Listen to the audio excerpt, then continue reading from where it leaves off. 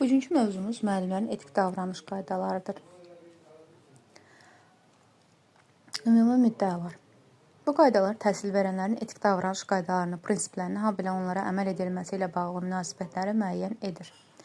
Bu kitabça, izah budur ki, məktəbdə dərs deyən bütün müəllimlərin, təhsil verənlərin özlərini necə gözəl, mədəni aparmalı olduğunu izah edir. Bu qaydalar bütün növ təhsil müəssisəsində çalışan təhsil verənlərə şamil edilir. Yəni, ölkədəki hansı məktəb olur olsun, bütün müəllimlər bu qaydalara mütləq əməl etməlidirlər. Bu qaydaların əsas məqsədi təhsil müəssisəsinin sağlam, emosional, psixoloji mühitin təmin edilməsinə, vətəndaşların təhsil müəssisəsinə və təhsil verənlərə etimadının artırılmasına. Bu qaydaların məqsədi odur ki, məktəbdə hamı bir-biri ilə mehriban olsun. Heç kim qorxmasın, inciməsin, həm də valideynlər müəllimlərə tam güvənsinlər və uşaqlarını məktəbə arxayın göndərsinlər. Hər bir təhsil verən öz fəaliyyətində qanunun aliliyini, insan hüquqlarını, demokratik prinsipləri rəhbər tutaraq bu qaydaların müddəalarına əməl etməyi borcludur.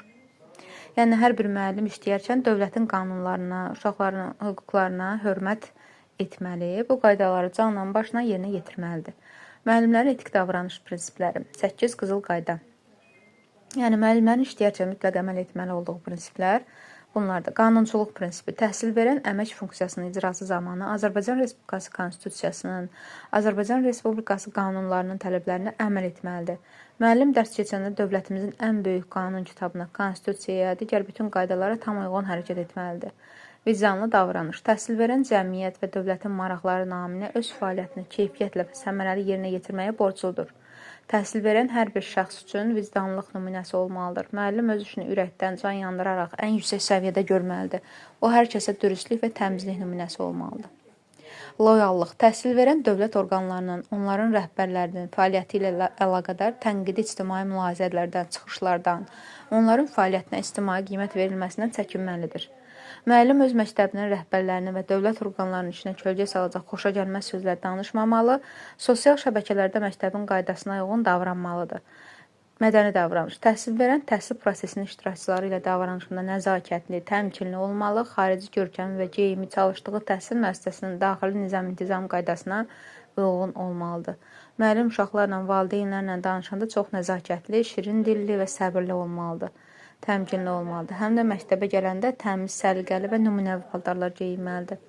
Qərəzsizlik. Təhsil verən vəzifəsini yerinə yetirərkən qərəzsiz olmalı, irqinə, milliyyətinə, dilinə, cinsinə görə təhsil alanları və təhsil prosesinin digər iştirakçılarına fərq qoymamalıdır. Müəllim uşaqlar arasında heç vaxt fərq qoymamalıdır. Bu uşaq varlıdır, bu uşaq kasıbdır, bu oğlandır, bu qızdır deyib ayrı-seçkilik etməməli, hamını eyni dərəcədə sevməlidir. Öz şəxsi marağına, işinə qarışdırmamalıdır deməkdir, yəni bu qərəzsizliyin mənası. İctimai etimad nədir? Təhsil verənin təhsil müəssisəsinin nüfuzunu möhkəmləndirməyə, öz adını, şərəf və ləyaqətini uca tutmağa borcludur. Müəllim elə gözəl yaşamalı və işləməlidir ki, hamı onun adını hörmətlə çəksin. Əgər bir səhvi olarsa, onu dərhal düzəltməli və insanlara həmişə doğru, dürüst məlumatlar verməlidir. İnsanların hüquq, azadlıq və qanuni maraqlarına, şərəf və ləyaqətinə, işgüzar nüfuzuna hörmət. Təhsil verən insanların hüquq və azadlıqlarının, qanuni maraqlarını pozan hərəkətlərə yol verməməli, müəllim heç kimin xətrinə dəyməməli, heç bir uşaq və valideyn hamının içində utandırmamalı, onların gizli şəxsi məlumatlarını başqalarına danışmamalıdır, sirləri qorumağı bacarmalıdır. Belə bu birinci hissə idi, keçəcək növbəti hissəyə. Çox sağ olun dinlədiyiniz üçün.